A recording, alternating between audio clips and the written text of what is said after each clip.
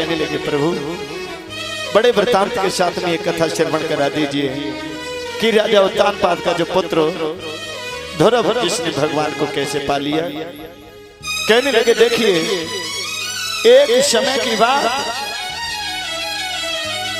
जिस समय सृष्टि का आविष्कार हुआ ब्रह्मा जी ने, और उस समय प्रियव्रत और उत्तानपाद ये स्वामित्व मनु और शत्रुपा के पुत्र थे, प्रियव्रत और उत्तानपाद। और एक बात और बताएं, प्रियव्रत जो अवधपुरी के राजा हैं और इनके छोटे भैया जो हैं राजा के छोटे भैया उत्तानपाद, प्रियव्रत को ब्रह्मा पुत्र महर्षि नारद का उपदेश हुआ और वो छोटे भैया उत्तानपाद को राज्य सौंप करके विवाह करके सुनीति के साथ में और अपनों जो है वानप्रस्थ में चले गए। वानप्रस्थ में भजन करने के लिए, और भजन करने के लिए चले गए। भजन करते करते करते करते करते करते अपने जीवन को प्राणांत में बदल देते हैं और छोटे भैया से कह गए भैया राजा उत्तानपाद, हाँ मेरी प्रजा को बड़े आनंद से देखना, क्योंकि मैं तो अंतिम मतागता जो प्रस्थान कर रहा हूं, इधर मेरे बंधु धीरे धीरे धीरे धीरे अंतिम मतागता प्रस्थान कर गए हैं और अवधपुरी के राजा जो हैं महाराज उत्तानपाद बन गए। लेकिन बहुत समय हो गया, धीरे धीरे धीरे धीरे समय गुजरता हुआ, लेकिन इनके कोई संतान पैदा नहीं हुई। जब संतान पैदा नहीं हुई है तो राजा बहुत उदास रहने लगा। लेकिन एक दिन का जिक्र है जिस समय राजा कचहरी के लिए जा रहा था तो मंत्री लोग आपस में बातें कर रहे थे कि महाराज राजा के मरने के बाद इस राजवंश में कोई दीपक जलाने वाला भी नहीं होगा। पता नहीं राजा ने पूर्व जन्म में कौन से पाप किए हैं। दूसरा कहने लगा अरे क्या बताएं, बड़ी भाग्य की विडंबना है। और इधर जैसे ही कचहरी में आए और उन मंत्रियों को बुलवाया, मंत्रियों कहिए महाराज। चित्त तो प्रसन्न है ना? कृपा आपकी ठीक है। और एक बात बताओगे? पूछो। जब मैं आ रहा था कचहरी के लिए तो तुम लोग आपस में बातें क्या कर रहे थे? अरे महाराज हम तो आपस में बात करते ही रहता है, ऐसी क्या बात है? अरे नहीं, मेरे बारे में कुछ कह रहे थे तुम। तुम्हारे बारे में? हाँ, तुम्हारे बारे में ये कह रहे थे तुम्हारे मरने के बाद। क्या कह रहा है? आपके मरने के बाद। महाराज आपके घर में कोई ऐसा नहीं है जो दीपक जला सके, आपकी कोई संतान नहीं है, ये राज्य कैसे आगे बढ़ेगा? यही बातें कर रहे थे, यही सोच रहे थे हम लोग। अच्छा हाँ।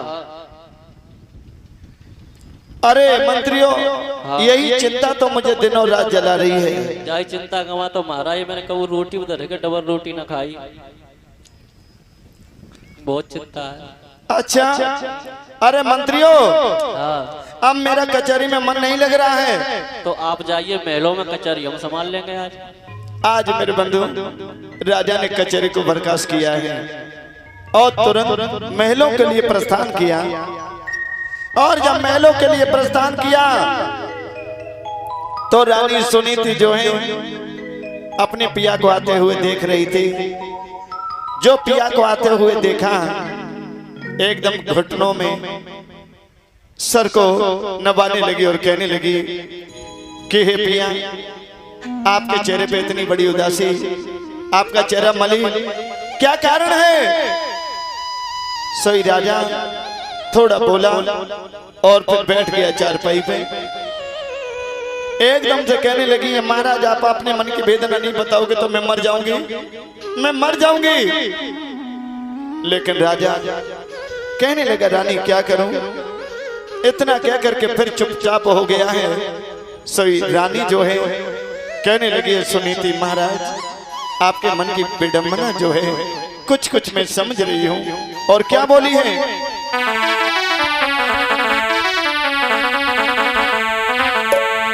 कर जोर पूछ रही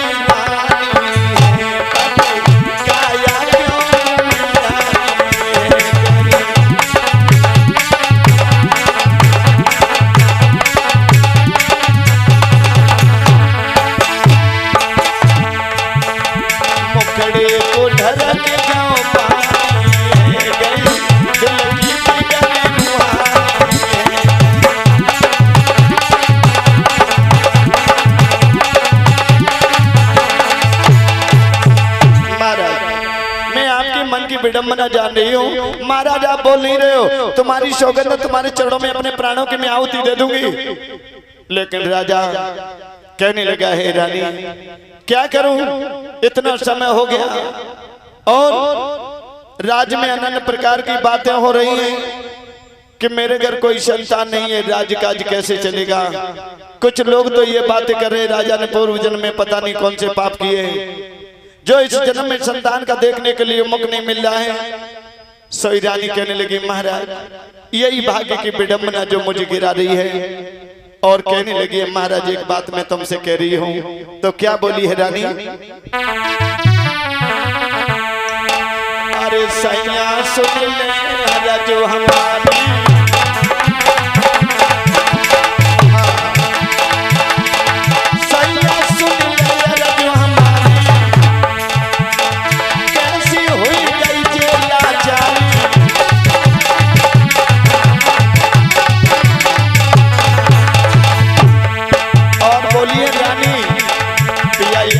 बता रही हूँ तुमसे,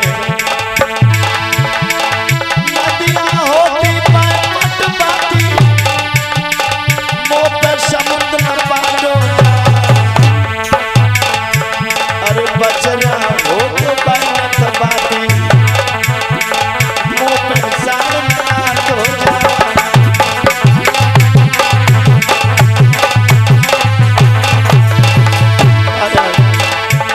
मैं मरी जा रही हूँ मरी।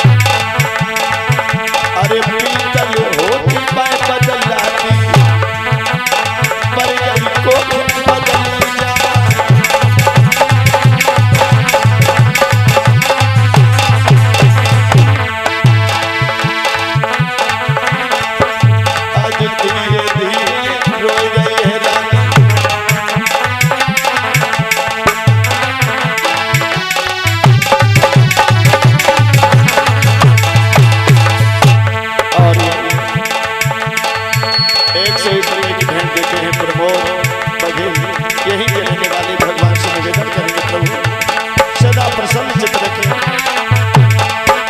आज लगी भर के रोए रही है रानी, लगी भर के रोए रही है और पति को रही समझाई जब लगी भर के रोए रही है।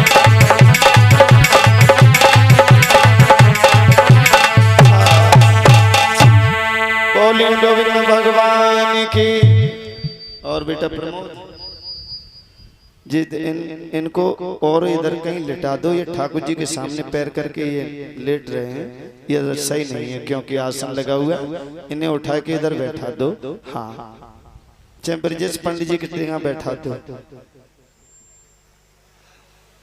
हाँ क्योंकि सिंहासन के सामने पैर करना सही नहीं होता है। इधर मेरे बंधुओं श्री सुखदेव जी कहने लगे हे राजन परीक्षित, इधर रानी जो है रो करके कहने लगी है महाराज क्या करूं, भाग्य की विडंबना जो है मुझ पर सहन नहीं होती है। और तुम ऐसा करो पिया कि तुम दूसरा विवाह कर लो, दूसरा विवाह।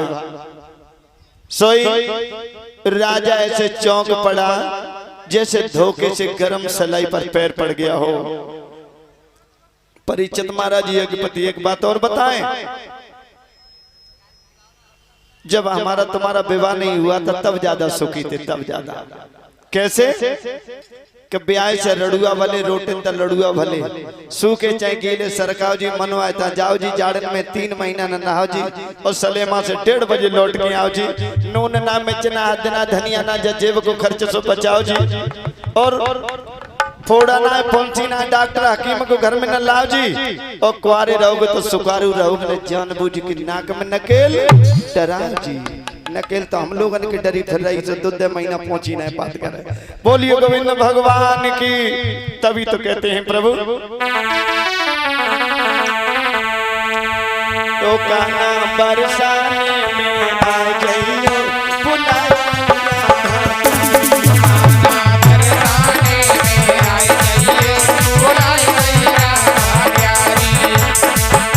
बुलाई गई राधा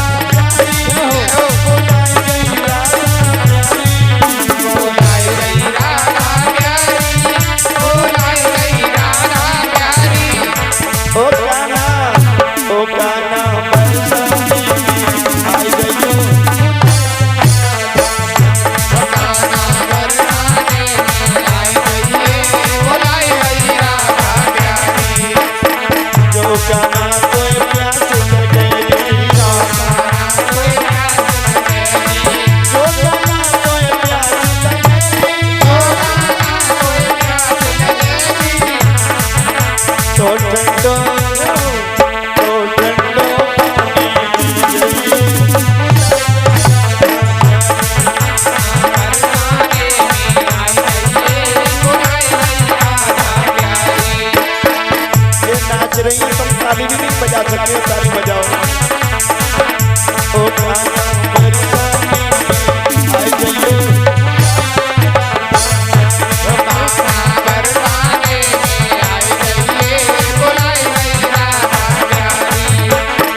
जो काना कोई भूख लगेगी जो काना कोई भूख लगेगी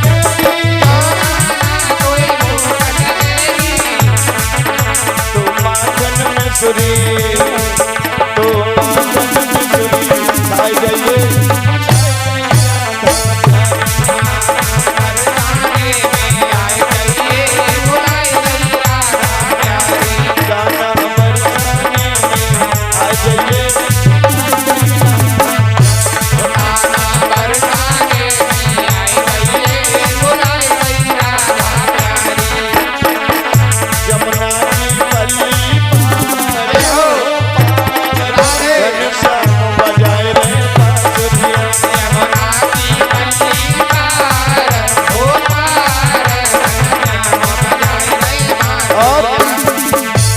बहनों से कहना है बड़े हिसाब से नाचियो न, एक दूसरे की कोहनी से नाक फोड़ डालो एक दूसरे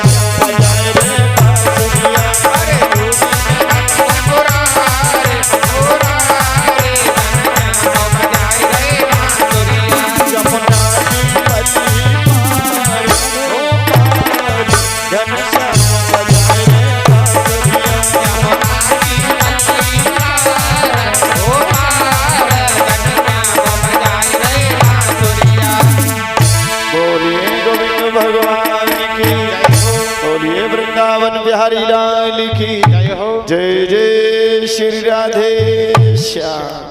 हाँ आराम से नाचो करो, आराम से। हाँ इधर मेरे बंधुओं श्री सुखदेव जी कहने लगे, हे राजन परीक्षित,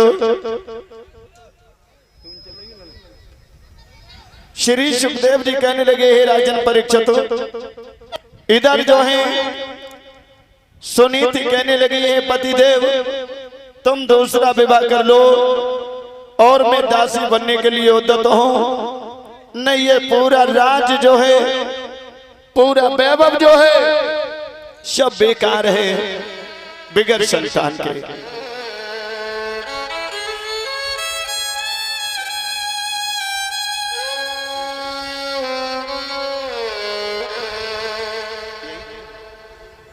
और ये संतोष कुमार जी जो हैं ये स्वापी भेंट अर्पण करते हैं, सम्मान करते हैं, 101 रुपए की भेंट देते हैं। प्रभु सदा संपन्न चित्त रखे, प्रभु सदा धर्म में अग्रणी रखे, किसी चीज की कमी ना हो प्रभु।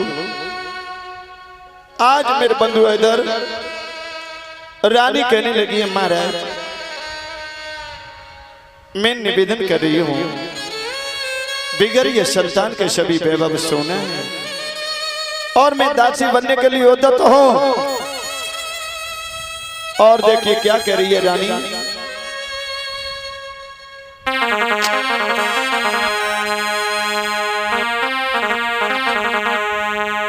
हाथी जैसे दंत बिन, ज्ञान जैसे संत बिन, और कामिनी एक कंत बिन लागती बेहोही।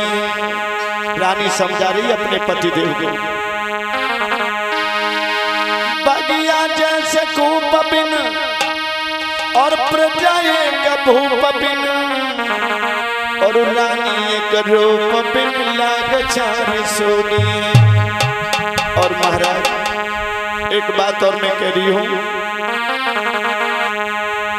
सूरमा जैसे शस्त्र बिना, काया जैसे वस्त्र बिना, और माया एक पुत्र बिना लाग छारी सोनी। इसलिए महाराज मैं आपसे निवेदन कर रही हूँ, मैं दासी बनने के लिए उद्यत हूँ, लेकिन तुम दूसरा विवाह कर लो, दूसरा विवाह। एकदम से राजा कहने लगा, ओ रानी ऐसा तो नहीं है किसी पड़ोसी ने तुझे बहका दिया हो, तू घर की राजनीति जानती है लेकिन बाहर की राजनीति नहीं जानती है। जब घर में शौत आ जाएगी तो तुझे निकाल के अलग कर देगी, तेरा जीवन बर्बाद हो जाएगा। इतना बढ़कर के जो कहा, रानी कहने लगी, महाराज अगर तुम विडंबना किए सीख नहीं मानोगे तो प्रभु मैं जीवन निर्वाह नहीं करूंगी। और ये संतोष परिचित एक पति का सम्मान करेगा।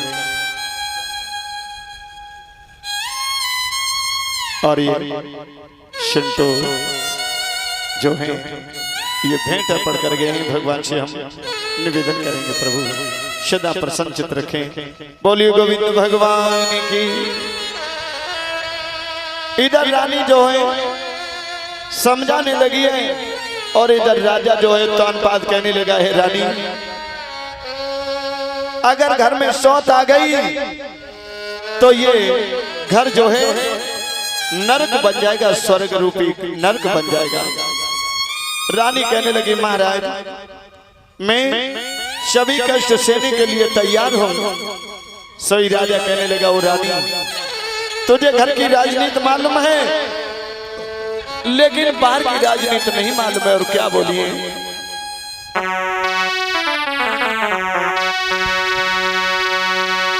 राजनीतियों कहती है सर दे दे मगर फिर चौथी न दे, सर दे दे मगर फिर चौथी न दे, सारियां बातें करती दे मौत मगर मुझे सौंप दे।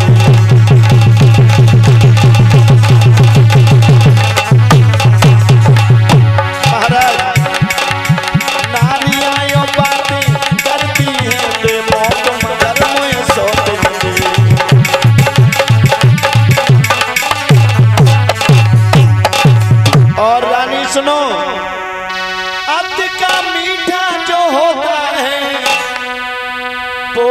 अपने प्राण कमाता है, अपने प्राण कमाता है, और अत का मीठा करना है गोलू में तेरा।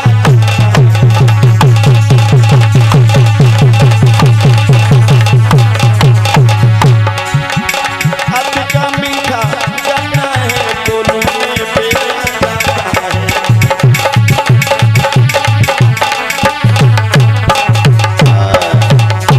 इसलिए मैं कह रहा हूं मान जाओ, मैं दूसरा विवाह नहीं करूंगा।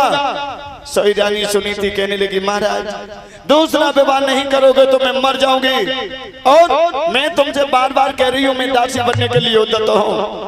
और राजा कहने लगा तुम नहीं मानती हो।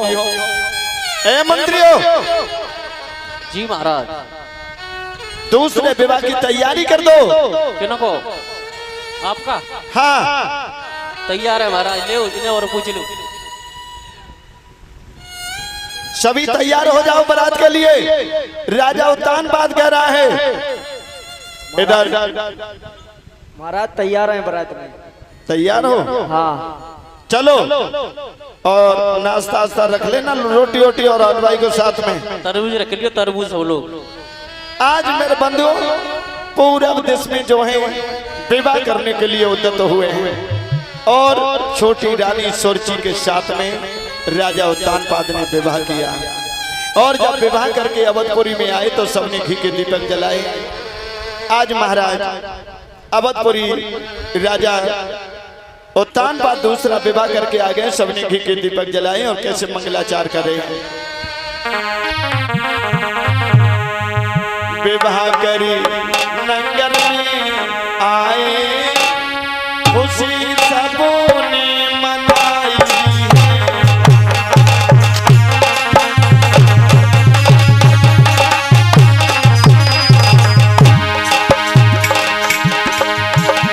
विवाह करी नंगर में आए, खुशी सबने मनाई है।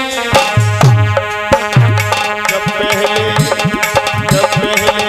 सुनी थी रानी दूसरी सुरती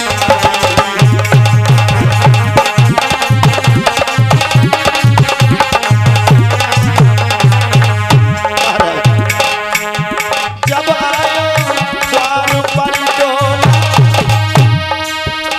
कि रानी मगन है मन में। बड़ी रानी ने जो सुना, मेरे राजा दूसरा विवाह करके आ गए हैं, तो बाली को बुलाया और कहा अरे मेरी बहनी को ले आना, अरे मेरी बहनी को ले आना, तुरंत बाली खलाई है।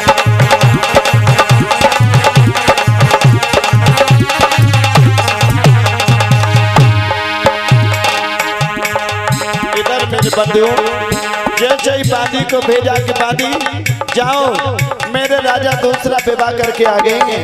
सोई बादी चलिए मेरे बंधुओं, और वहीं पहुंची और कहा बहन रानी डोली से नीचे पदार्पण करो, तुम्हारी बड़ी बहन इंतजार कर रही है। और भैया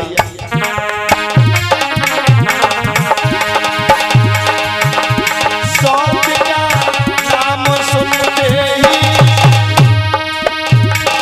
लग गई आदि शब्द में।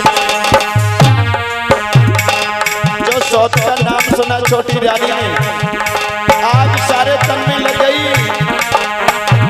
अजल कर क्रोध कर बोली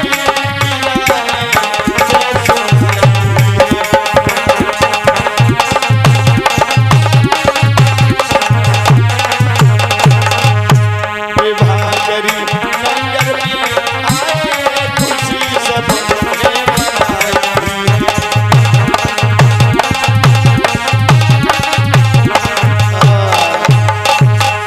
महाराज जैसे ही राजा अवधपुरी में आए, बड़ी रानी ने बांदी को भेजा और कहा कि जाओ मेरी छोटी बहन को ले आओ।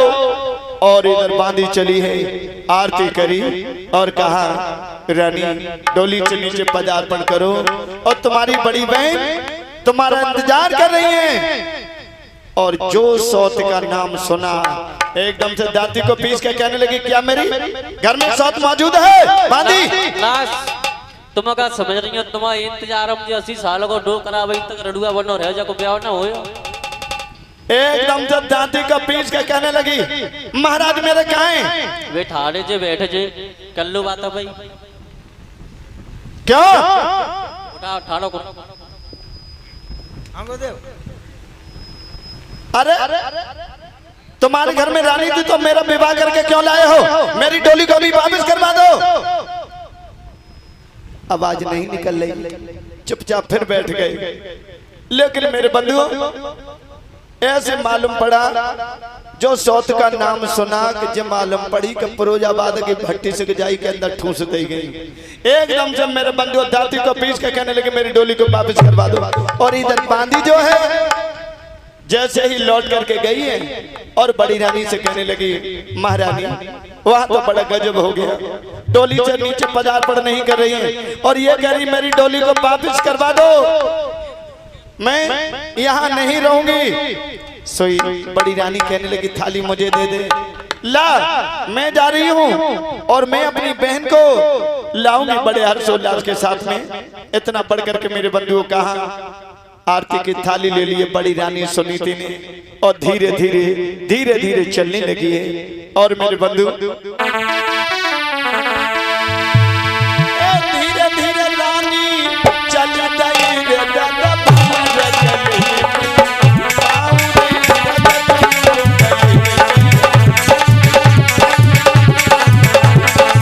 धीरे धीरे रानी पहुंची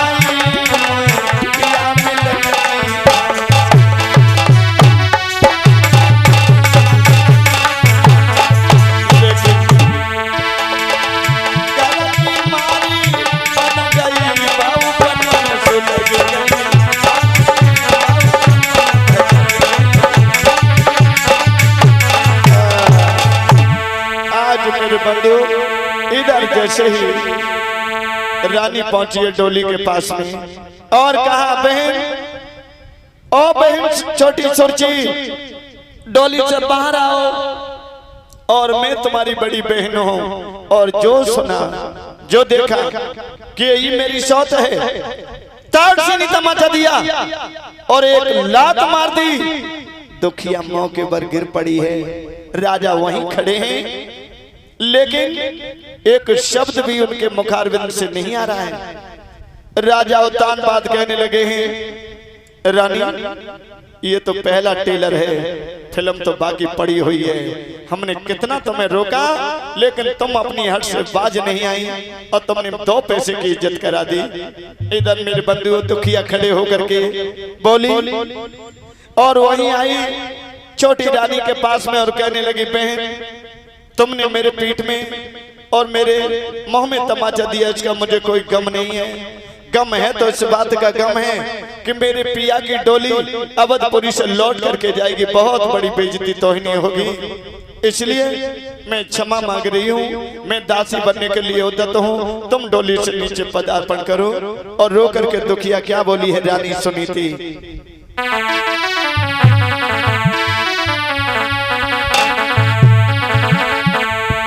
बोली गोविंद भगवान की, बोली वृंदावन बिहारी लाल की जय जय श्री राधे श्याम।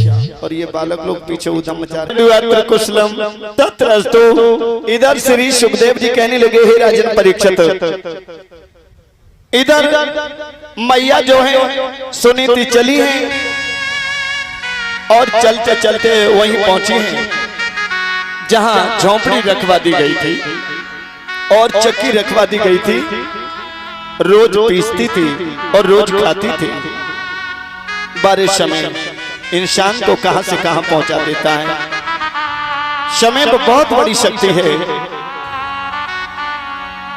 समय किसी को बलवान बना देता है, किसी को निर्बलवान बनाता है, किसी को बहुत धनवान बना देता है। प्रभु ये समय का ही सब खेल है। और इधर ऐसे करते करते करते करते 1 महीना नहीं, 2 महीना नहीं, 6 महीना हो गए दुखिया को समय व्यतीत करते हुए। सुनीति रानी कहने लगी ऐसे समय थे, क्यों ना अपने जीवन को प्राणांत में बदल दें, आत्महत्या कर दें। ये पशुओं की तरह से जीवन व्यतीत कर रही हूं। रात्रि के 12 बजे हैं, रात्रि के 12। एक बात और बताएं परीक्षित महाराज, जब हमारे पास और तुम्हारे पास कोई रास्ता नहीं रहता है तो केवल मरने के अलावा और कुछ नहीं दिखाई देता है। आज रानी रात्रि के 12 बजे मरने के लिए दुखिया निकली जंगल के लिए और कहने लगी आज मैं अपने जीवन को प्राणांत में बदल दूंगी, क्या करूं। मैंने अपने हाथों से अपने पैरों में कुल्हाड़ी मार ली और जंगल में पहुंची। जिस समय जंगल में पहुंची मेरे बंधु शेरों की चितवन चीखें और काल रात्रि है, काल रात्रि।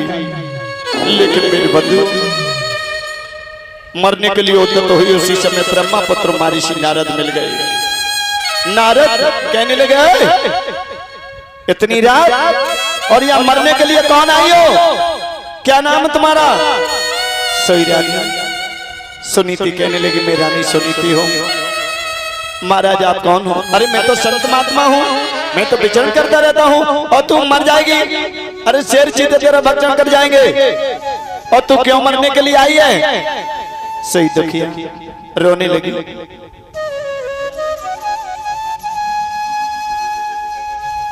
और सचिन साकी जी जो हैं ये 551 रुपए की भेंट व्यास को अर्पण कर रहे हैं।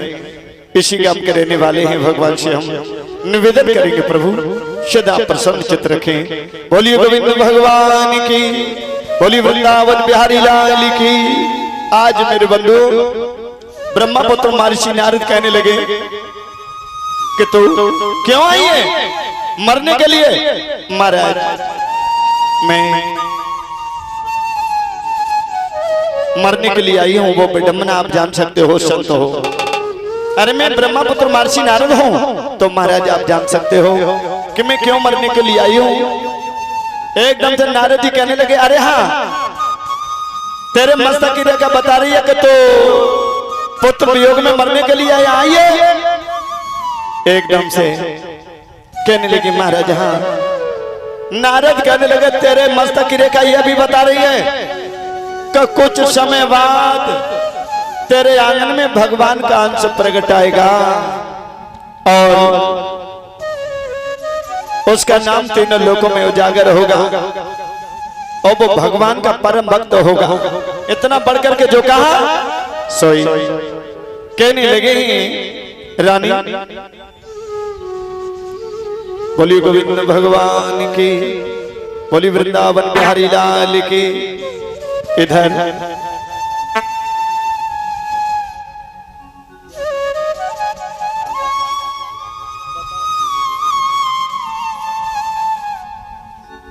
बोली गोविंद भगवान की, बोली वृंदावन बिहारी लाल की। जय जय श्री राधे श्याम। इधर रानी जो है रो करके कहने लगी महाराज आज मुझे मालूम पड़ा है कि संत महात्मा भी झूठ बोलते हैं, संत महात्मा भी झूठ। नारद कहने लगे क्या मेरे बचनों पे विश्वास नहीं है। मेरा नाम नारद रखा है कि जो शब्द कह देता हूं वो कभी रद्द नहीं होता है, इसलिए मेरा नाम नारद है। मैं तेरे से वचन भर रहा हूं कि कुछ समय बाद तेरे आंगन में भगवान का अंश प्रकट आएगा। और ये तो बात सत्य है। परीक्षित महाराज जी के पति कि तुलसीदास ने भी रामायण में लिखा है कि भगवान का वचन फीका पड़ सकता है लेकिन संतों का वचन कभी फीका नहीं पड़ सकता है। क्या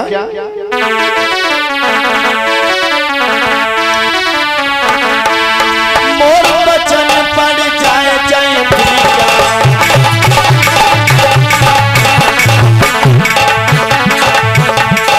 संत वचन पड़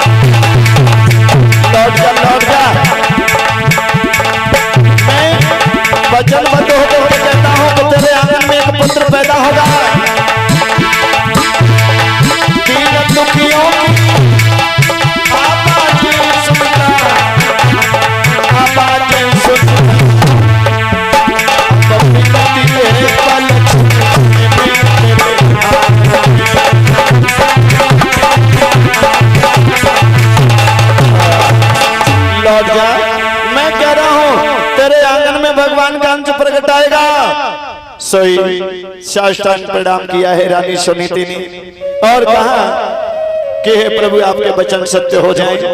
और इधर नारद कहने लगे देख पुत्र पैदा जरूर होगा और नहीं हुआ तो ये कुआं भी कहीं नहीं चला गया, जंगल कहीं नहीं चला गया, आ जाना और मर जाना। वैसे तो मैं सत्य वचन कहता हूँ। इधर मेरे बंधु धीरे धीरे धीरे धीरे रानी लौट गई अपनी झोंपड़ी में। इधर राजा उत्तानपाद कहने लगे मंत्रियों। जी सरकार। खड़े खड़े मौके ताक रहे हो, क्या करे बताइए। आज मेरा दिल ऐसा कर रहा है कि चलो जंगल में शिकार खेलेंगे चल करके। ठीक है चलेंगे। अपने मंत्रियों को साथ में ले लो। सब मंत्री हमारे साथ हैं। आज मेरे बंधु मंत्रियों को साथ में लिया और धीरे धीरे धीरे धीरे सभी चलने लगे। और कैसे चल रहे हैं जंगल के लिए।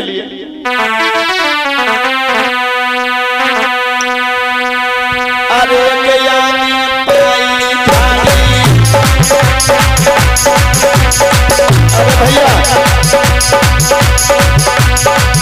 चलते चले आओ और जो मृग दिखाई दे रहा हो उसका पीछा करो। अरे जाने ही सच्चे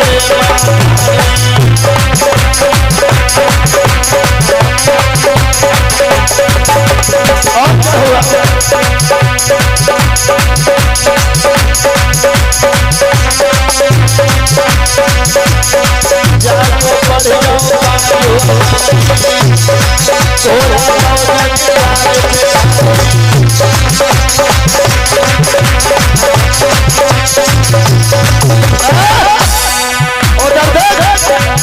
निकला जा रहा है उसका पीछा करो। और सुने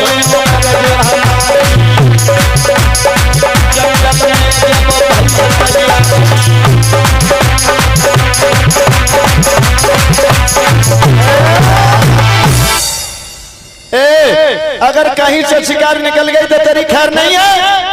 चारों तरफ जंगल को घेर लिया मेरे बंधुओं, लेकिन वो मृग जो है पता नहीं मामा मारीच बन गया, झाड़ी में घुसा चला गया, वो दिखाई नहीं दिया। इधर राजा पीछे करे, सारी फौज पीछे रह गई। और जब सारी फौज पीछे रही है, इधर मेरे बंधु रात्रि के 8 बज गए, रात्रि के 8 और सूरज अस्त हो गए। सारी फौज चली आई, राजा अकेले रह गए। तो राजा ने मुड़ करके देखा कि पीछे कोई दिखाई नहीं दे रहा है। एकदम से लौट करके चले हैं और पहुंचे हैं। क्या नाम बेटा? राकेश कुमार। और ये रमैया पर से 101 रुपए की भेंट देते हैं। प्रभु से निवेदन करेंगे सदा प्रसन्नचित रखें। और इधर जैसे ही आगे बढ़े हैं मेरे बंधु और जो दरवाजे पे पहुंचे, कुंदी बजाई नहीं, छोटी रानी जगी, 2.5 शेर खा के सो गई। उसने ये नहीं जाने कि मेरे पिया कहाँ गए हैं। राजा सोचने लगा रानी नहीं जग रही है तो चलो इससे अच्छा और कोई मौका नहीं है, बड़ी रानी की खबर ले लें। इधर बड़ी रानी के महाराज कुटिया पर पहुंचे, कुंदी बजाई। बड़ी रानी सुनीति सोचने लगी मेरी सौत ने कोई जल्लाद भेज दिए मुझे मरवाने के लिए। नहीं बोली। राजा उत्तानपाद कहने लगे रानी मैं राजा उत्तानपाद हूँ, गेट खोलो। सोई आवाज जो पहचानी, सोई कुंडी खोल दिए, सामने खड़े हैं राजा। एकदम से जो ही राजा को देखा, सोई चरणों में प्रणाम और साष्टांग प्रणाम करने लगे, नमस्कार करने लगे। देखो पहले की माताएं बहनें कैसी थी और आजकल की माताएं बहनें होती तो या तो हाथ में लठ हो तो या मुंह से रही हो तो एक ही लठ में भट्टा सब में लग जाता। तुम कहाँ रहे 6 महीना। और इधर रानी जो है प्रणाम कर रही है और क्या बोली है रानी?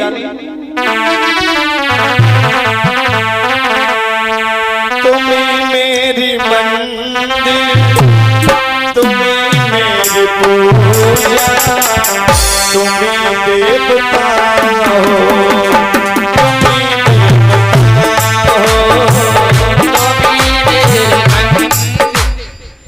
बोलो बोलो।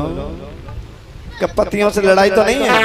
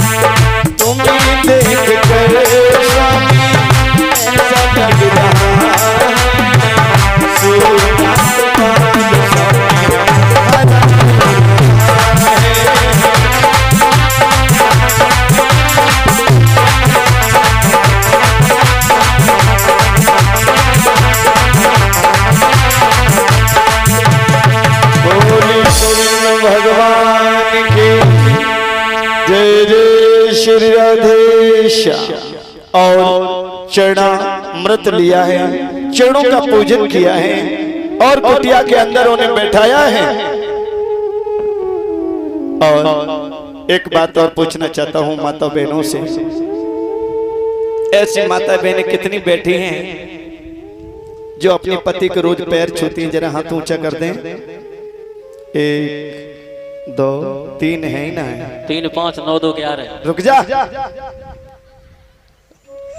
देखिए अत्र कुशलम तत्र सुख। ज्यादा नहीं, ये नियम तुम 15 दिन तक अपना करके देख लो, घर में कभी लड़ाई नहीं होगी। हाँ, क्योंकि दिन भर की गुस्सा शाम को पैर छू लो शांत हो जाती है। और एक माता जी आई, एक बार हमने भागवत में ये कहा तो माता जी खड़े होकर के कहने लगे कि गुरुजी तुम तो कह रहे हो रोज पैर छुए और बे संज्ञा को रोज पौआ पे के दाएं दाएं दाएं दाएं। हमने कही दोनों का तो भगवान ही मालिक है। बोली गोविंद भगवान की। देखिए बताना मेरा फर्ज है और करना आपका कर्तव्य है।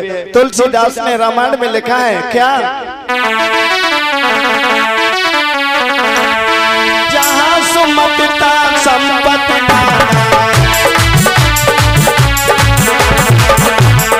जहाँ सुमतिता संपत्ति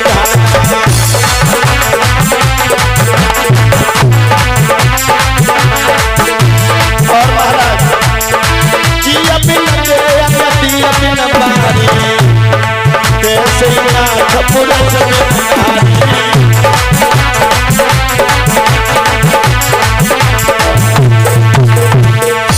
जहाँ सुमतता संपत नाना जहाँ कुमतता विपत निधान। जी अबिन दे नदी बिन पानी तैसे नाथ पुरस बिन। बोलिए गोविंद भगवान की। देखिए एक बात और बता दें, कॉलेज में वही पास होते हैं, वही परीक्षा में पास होते हैं, वही सर्विस में जाते हैं जो अच्छे ढंग से पाठ करते हैं, पढ़ते हैं, और जो पढ़ते नहीं हैं वो किसी के काम के लायक नहीं रहते हैं। बोलिए गोविंद भगवान की।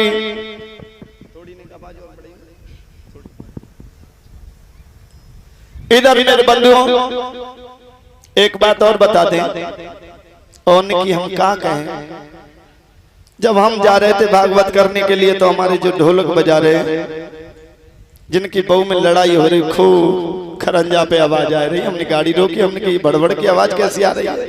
तो इनकी बीवी बोली बहुत दिन हो गए, हाँ गोबर कूरो कत कत, हमारा तो दिमाग खराब हो जाए घर में। और क्या बोली?